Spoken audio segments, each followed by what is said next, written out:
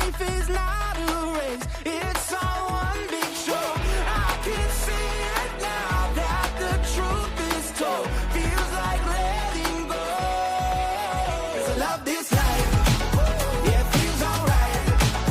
And there's no reason to stop believing. I love this life. And the future's bright. And there's no reason to fight this feeling. Yeah, I love this life. Yeah, I love this life. Yeah, I love this life. Yeah, I love this life.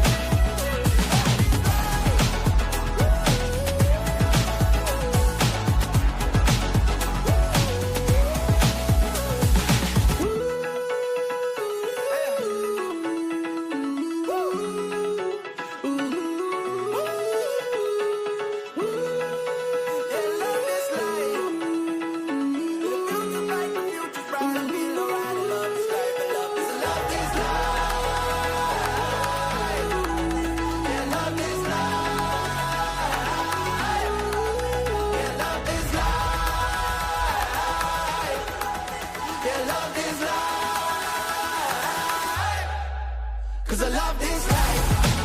Yeah, it feels alright. And there's no reason to fight this feeling. Cause I love this life. Yeah, it feels alright. And the future's bright. Yeah, it feels alright.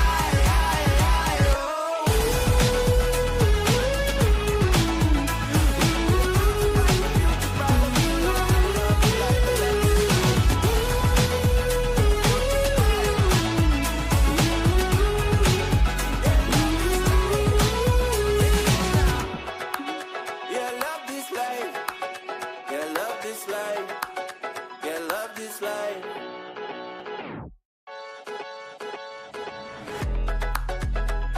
Woo! Yeah, yeah. Let's go.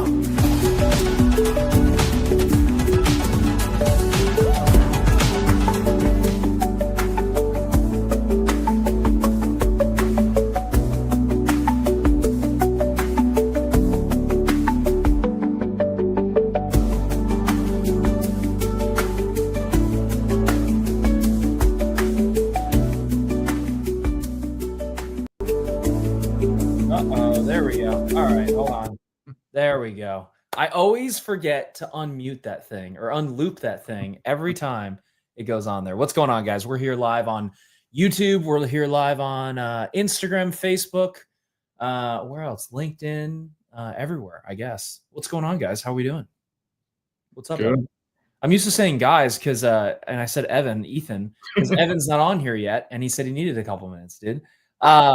We're going to be answering any questions you guys have around scaling your video business. We've worked with over 400, I think, just this past 6 to 12 months, clients, like 400-ish. I think over our lifetime, we worked with 600 video agency owners, helping them scale their business, get more leads, get more clients, all that fun stuff. And we're going to be answering your questions today. So if you're tuning in live, go ahead and drop a comment down below. Let us know where you're calling in from.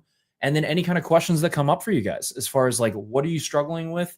Is it getting leads? Is it getting more clients? Is it having the right mindset? Is it you don't know what to charge? I have some questions kind of written down over here. We'll kind of go through. And then any questions you guys might have, we can answer those as well.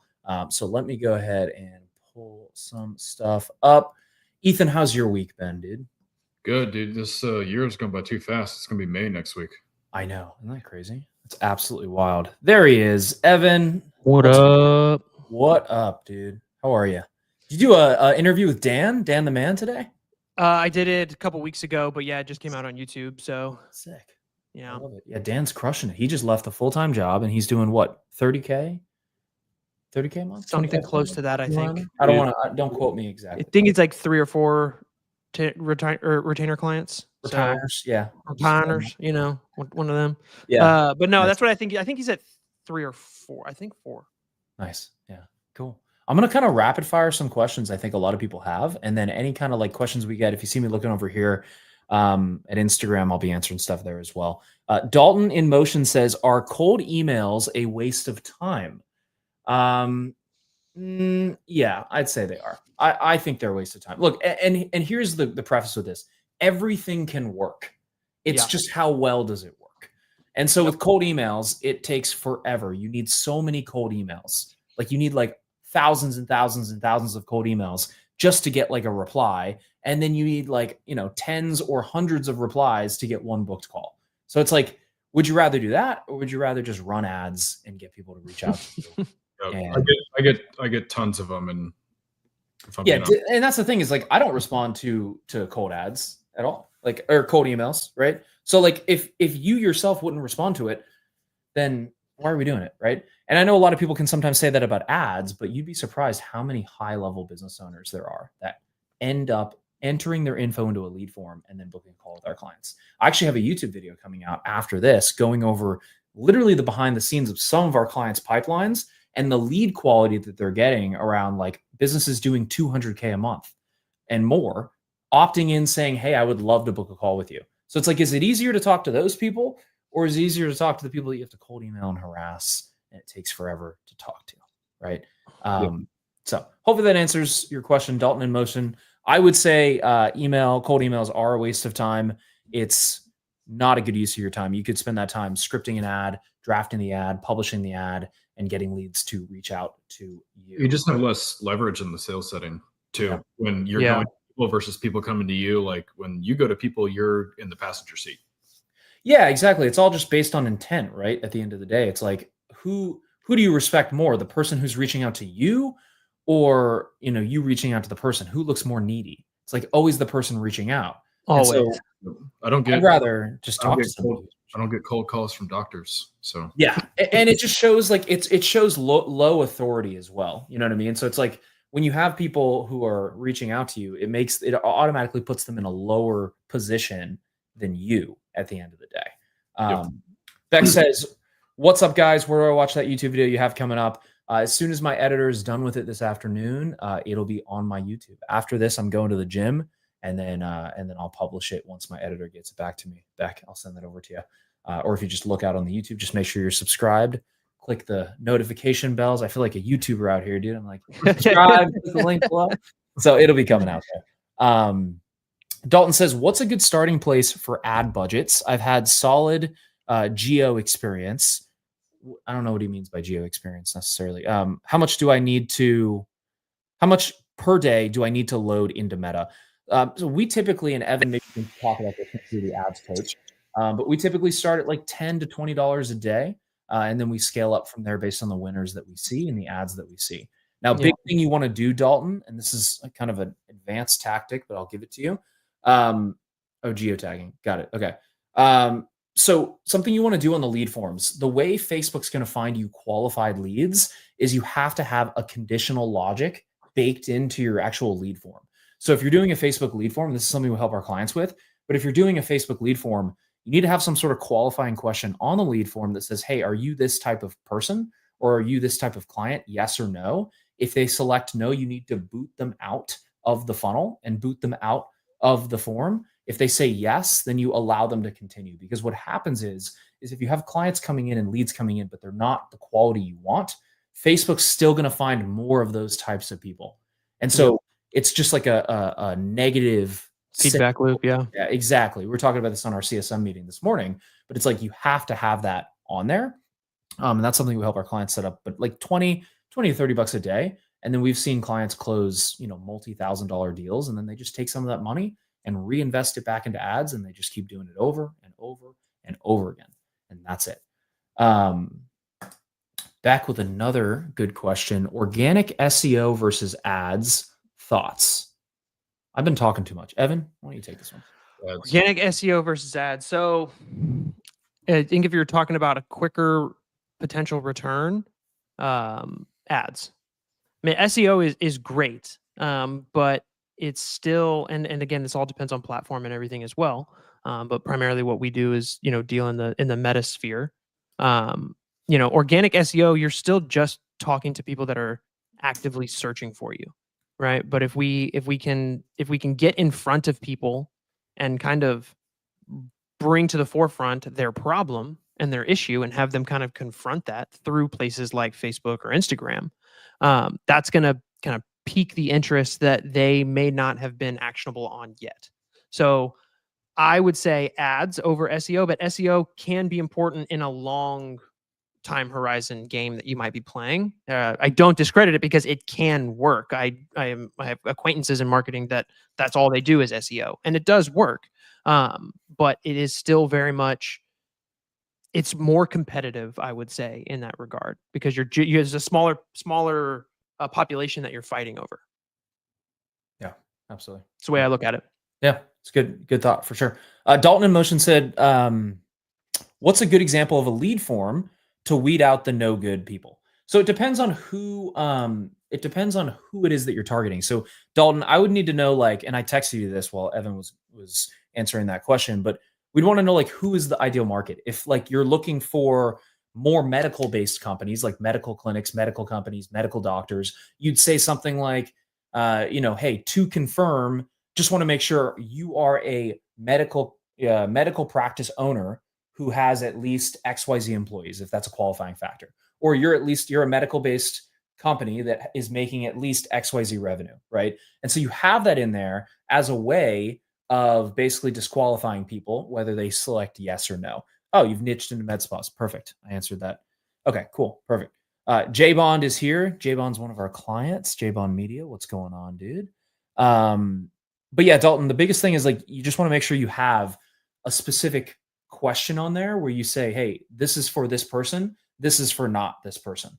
And then you make sure that is correct. So then the Facebook Pixel can actually get trained on who a qualified lead is for you. So then that way you're not having all these unqualified people coming in. So hopefully that makes sense. And we obviously walk through that with our clients, like how to set that up, because you want to make sure you have the targeting right. You got to make sure you have the right campaign structure. If you're doing CBO versus ABO, you got to make sure you have the right friction points in the funnel. You have to make sure you have the right follow-up systems, the call cadence, the sales call script, the Zoom call script. You're pitching the right retainer prices, packages, all that fun stuff. Dalton says, got it, y'all goods. Absolutely, dude. We got you. But hopefully that gives you a good starting point for getting there. If I get a yes today, I'm signing up. Absolutely, dude. I love it. Go through some of my YouTube videos. I got like a video on the sales script. I have a video on retainer packages. I have a bunch of retainer packages in our school community that you can get access to. So, like, we try to give you guys as much stuff as we can, so then you can use that, land a deal. And then if you want, you can get into our coaching and work with us one-to-one, work with us directly so we can make you even more money. So that's the goal. Beck says, yes, ads are more targeted, way faster ROI. Yeah. And like Evan said too, organic SEO is a good slow burn, back burner thing when people are searching for you. It's not usually one or the other ever in marketing. It's like, which one's going to get us results faster, right? Which one's going to get us results in a quicker fashion? And then you have other ones that are more of a slow burn. So what other questions do we have, guys? I see you guys here on the live. What do we got? Let's see. J-Bond, what's going on? You just signed up, I think, last week, if you're still on here. We're excited to have you, dude. Let's rock and roll. Let's see. A couple questions I have written down. Let me see. Ooh, here's a good one. Will I lose creative freedom if I go after businesses instead of just doing cool passion projects? Evan, you want to handle that one? I would say no, because the businesses, they're not creative themselves. So that's one of the reasons why they're coming to you. And passion projects, they just don't pay the bills. They just don't in the long run. I mean, you might get some notoriety or some eyeballs due to a passion project, and that's fine. But if you want to actually generate more income for yourself, then you need to be able to do that through a mechanism for others. And once you figure out how to do that, that's going to be the thing that's going to unlock your ability to do those passion projects without suffering in the long run for it. Yeah, absolutely. We got Luke over here working with Master Filmmaker. It was 100% worth it. Awesome, dude. Well, you don't have to plug us too much. I appreciate you though. He said, if I have a well-tested ad that's converting well, how many weeks or months do I let it run before I consider re-recording? Well, number one, get on Evan's coaching call in like, when is it? In 45 minutes? It's right after this. It is in 45 minutes. Yes. Get on Evan's coaching call. I'm going to answer it here, but Evan will give you the secret sauce on his main coaching call. But it just depends, right? If your ad costs are, if your cost per call, your cost per lead is the same and it's holding strong, continue to up the budget on that ad set by like 20 to 30% every couple of days and just keep seeing if it holds. If it holds, then leave it, right? If you're getting qualified leads, you're getting qualified calls, you're closing sales from it, there's nothing wrong. You can keep letting it run. But what happens is like over time, your creative starts to fatigue and people start to get tired of seeing the same ad from you over and over and over again. And so it depends on, it's a different timeline for everybody, but it might be a month, it might be 2 months, it might be 3 months. And then once you see those costs start to rise, like your cost per lead is getting higher and higher and higher, it's time to sub in some new creative and test some new creative and test some new angles, right? That's typically what we see. And that's what you want to do. And just, you want to get in a good habit of refreshing your creative every so often. That way you're not having to hit this wall every single time where your costs are rising too high. So hopefully that makes sense, Luke. But Evan can take a look at your actual ad account on the call. If you want to share your screen, and he can kind of look through that with you and tell you if it's actually fatiguing or if you're good, right? If you have an ad that's working, keep running it. Like, don't touch it. Keep it going. So let's see. I think you had another question, Luke, as well. I have clients that are interested in YouTube monetization. Is that worth exploring if they're good on camera? Evan? I mean, everything's always worth exploring. I mean, YouTube monetization can, again, be another one of those investment long run things. Or sorry, not can. It is one of those investment long run things. I look at it as like, it's not necessarily maybe the main goal, but it's an awesome byproduct. Like, I don't think you're ever going to hurt yourself by making more YouTube content. I'll say that, right? Having more YouTube content, showing up more, making more content in general is always going to up that likelihood that the right person comes through and reaches out based on something that they saw. Yeah. And then the nice byproduct is if that you get monetized by the platform, great.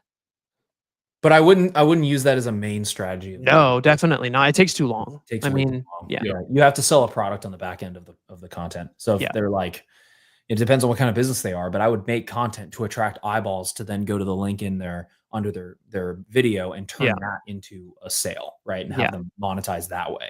Yeah. Not necessarily going the other direction. So. Yeah. I was talking to one of our clients last week, and he said kind of the same thing with like YouTube and podcasts is they can't be the product. There has to be something behind it. Yep. Exactly. Yeah.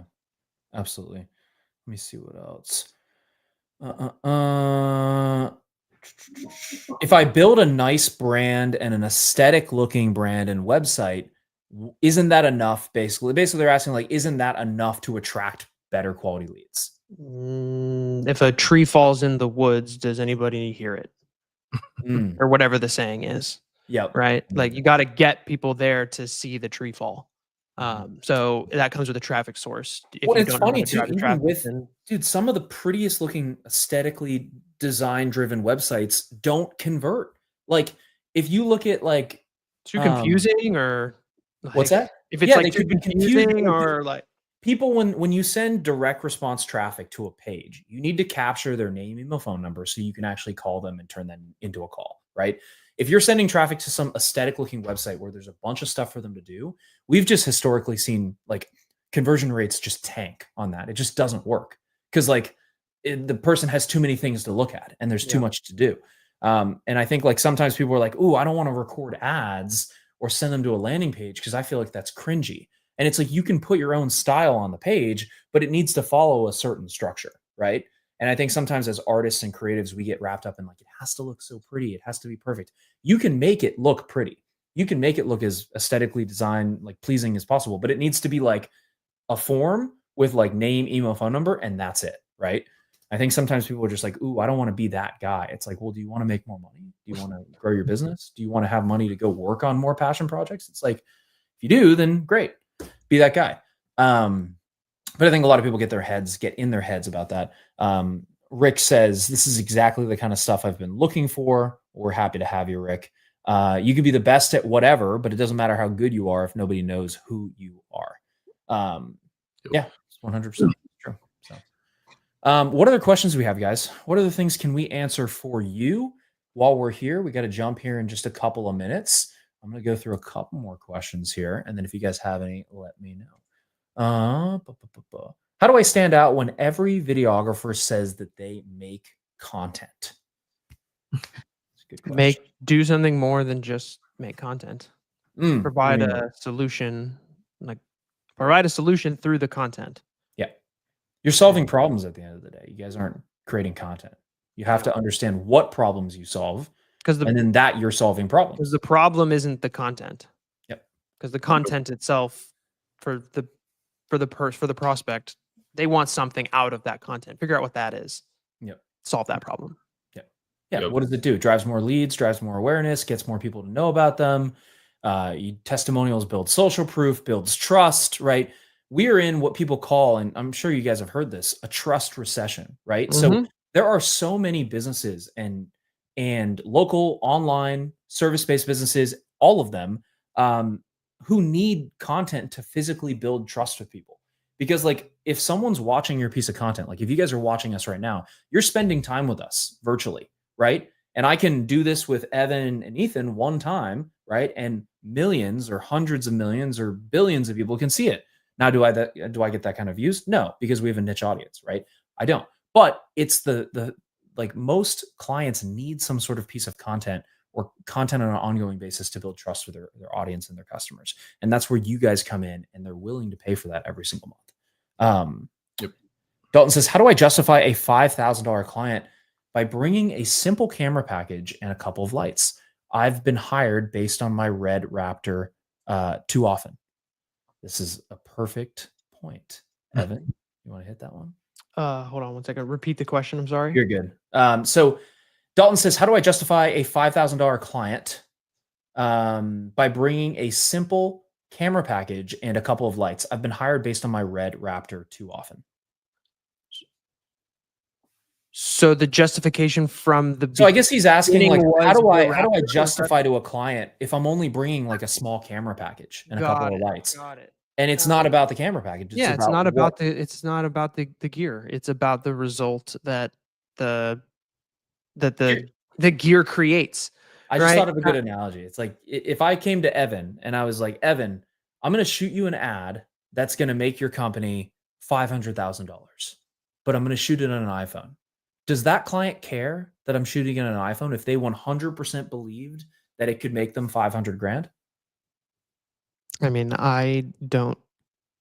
You could shoot it on. I don't care if you for all painted it a matters. picture and whatever. I don't care. Dude, I'll shoot it on my my old mini DV camcorder if it was guaranteed to get me that kind of income for the business. Because like some of the best ads, some of the best promo videos, some of the best like high converting ad videos were shot on an iPhone, like because it looks more native to the platform, right? And so you guys got to get out of this mindset of like I'm justifying my price through the camera package that I bring. And you need to get into the mindset of how do I actually come up with a strategy for the content, explain the strategy of the content to the client, and help them actually understand how that's going to help them get more leads and more customers. And then they feel confident in that, right? Yep. When Apple has their whole shot on an iPhone campaign for their commercials. Yeah. Like, so their That commercials- was on during the Super Bowl. Yeah. And Dalton's saying they see that he rocks up with the big gear, and then he shows up with something smaller, like maybe like an FX3 or whatever, and they always make a comment, right? What would you say to someone who does that, Evan? If they're like, they see the big gear, they're like, oh, that's awesome. And then they see you come with something smaller and they're like, I don't know about that. So I mean, I guess there's two parts to that. I mean, I guess it would be assuming like the same client saw two different things. Is that what? Yeah, is that exactly. They're like, why are you showing up with a smaller camera package? Yeah, this just allows us to streamline the process a little bit easier, and this content is historically performed a little bit better than the more theatrical look that maybe we're generally used to doing. Yep. Still can do all of that in any way, shape, or form that we need to, but we believe that this is going to bring forward a better result for you guys and meet the audience a little bit more at their level. Yeah, because it might be run and gun. It might be more of a run and gun type shoot, right? It just depends on, again, the content strategy, what you're doing with the content, and it's just get them bought in on the process and the content that you're going to create for them, not what camera you're bringing, right? Yeah. Yeah. So, let's see. We got time for like one or two more questions, guys. Let's see what else we have. Let me see. Will clients even pay me $3 to $5K a month for video? Yes. They Even? will. Yes. Yep. Well, it's like I think I don't know, man. No one's ever paid me that before, so I don't know if they're going to pay me every month. Let's kind of like, the past couple of questions that we've answered is all based upon, the outcome, the result. And we've talked about it on probably a good bit of the lives of selling the vacation, not the flight there. Yeah. Because if I'm spending $5K a month with somebody, but they're actually able to help me generate more leads, which is something that we teach you guys in Master Filmmaker in the program. We teach you how to generate leads for them. So it's more valuable for them than just content. But if I know that, spend $5K with you and each client to me is worth $20K and you can get me one client a month, you just 4x'd my investment every single month. And you could be doing like two things for me. As long as you 4x that investment and get me the leads and I can talk to them and close them on a deal, I don't care what the heck you do. It's not about how much you do. It's about what results you get. And that's all about asking the right questions. Yep. Absolutely. We got Gage on here. What's going on, dude? Gage and them are rocking with medical companies right now, crushing it in the space. They're expanding, I think, to Denver and Colorado and some other areas, which is going to be awesome. Dalton says, coming from a DP background, going into running my own agency with sales has been eye-opening. Tell me about it, Dalton. I was a DP for 5 years, freelance DP for 5 years. And then when you open your eyes to like, holy shit, there's this whole other side that's business. It's a fun process. And to be honest with you, I fell more in love with the business side than I did with the cinematography side, because that stuff is fun. But for me, I love running a business. I love, managing a team, solving problems, generating leads, doing sales, like talking to people, connecting with people, right? It's just a completely different ballgame. And so that's why we exist at Master Filmmakers, to help people who are more freelance creatives and teach them the business side. And that's it, right? So I wish I had something like this for me years ago, ultimately. Let's see. One more question, then we got to roll. Beck says, after receiving leads, do you also direct and teach how to sell? Absolutely, Beck. So I'll go through what we do. We teach you guys in Master Filmmaker. I'm going to soft pitch everybody right now. Sorry. In Master Filmmaker, we help you guys with what retainer offer to sell, the price points, the deliverables, what to put in the offer. We help you generate the leads, like run the ads, set up the inbound system, and then talk to those leads. And then we help you with the sales process, which is like, what do you do when the lead gets on Zoom? What do you say to them? How do you get them to close? How do you conquer objections? How do you close them? What payment processors do you use? How do you do all that, right? And then we help you actually build a team where it's like, what if you want to hire a salesperson? Gage just jumped in here and said, he said, you guys have really helped me scale the business. They hired an appointment setter. It's like, we'll help you build the sales team, build the fulfillment team, build all of those teams. So then you can start to build more of a business, not just be the one person doing everything working in the business. So hopefully that makes sense. We have all the best practices on that. We built out a CRM with you. We got all that stuff taken care of. So sorry for the soft pitch. Hopefully that makes sense. Buddy James says, as someone who is quickly starting, how can I help them see past quick ROI? Often they want to know their investment will have a return. Yeah, so you just have to figure out what is the main goal they want: more leads, more sales, more calls, whatever it may be, right? And then help them reverse engineer that with content. That's something that we help you guys with. Why are all the clients joining? We got Julian, we got Gage. Social proof, dude. Social proof. I'm not real, man. All of our testimonials are fake. They're not real. It's all They're AI. not real. They're all AI. You can't look up their production companies in the bottom of the case study links. I don't have their websites there. Oh, wait, I do. Wait a second. Sorry, I got to have fun with you guys. Eric and the team, Master Filmmaker, phenomenal. Highly recommend joining. Thanks, Julian. I appreciate you, dude. Let's see. Need new. Bro, the film industry is effed right now. It's effed if you let it be effed. You got to transition. You got to pivot. That's the name of the game. That's life at the end of the day. And so if you're not willing to pivot, you're going to get left behind for sure. Yep. Cool, guys. All right. If If you want to learn more about Master Filmmaker, how we help you get more leads, get more clients, get more sales, Beck says, oh, okay, didn't know that. Amazing. Thanks. Click the link below on Instagram, link in my bio, on YouTube, Facebook, LinkedIn. Should be a link below this video. We'll see you guys in the next one. Hopefully this was helpful for you. And I'm coming out with some new YouTube videos on client pipelines, how to get leads from Facebook ads. And we'll see. Speaking of YouTube, guys, make YouTube videos. I just had somebody DM me from a CTA in a YouTube video. So client? What kind of it client? works. Like, so go do it. What kind of client was it? Tell us real I quick. have no idea. I'm literally just getting in my DM right now to see. There you go. I Content, have no baby. idea. All right, guys. We'll talk to you in a bit. See ya. Peace out.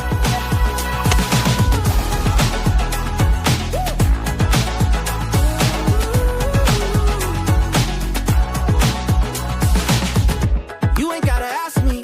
We can hit the road, got room in the backseat. Boys from the back street, come so far just singing over rap beats. See you on the way up, only looking down when we're seeing where we came from. You ain't gotta wait up, never gonna slow back down. And there's no stopping now, they can't take us down. There's no reason to fight this feeling, 'cause I love this.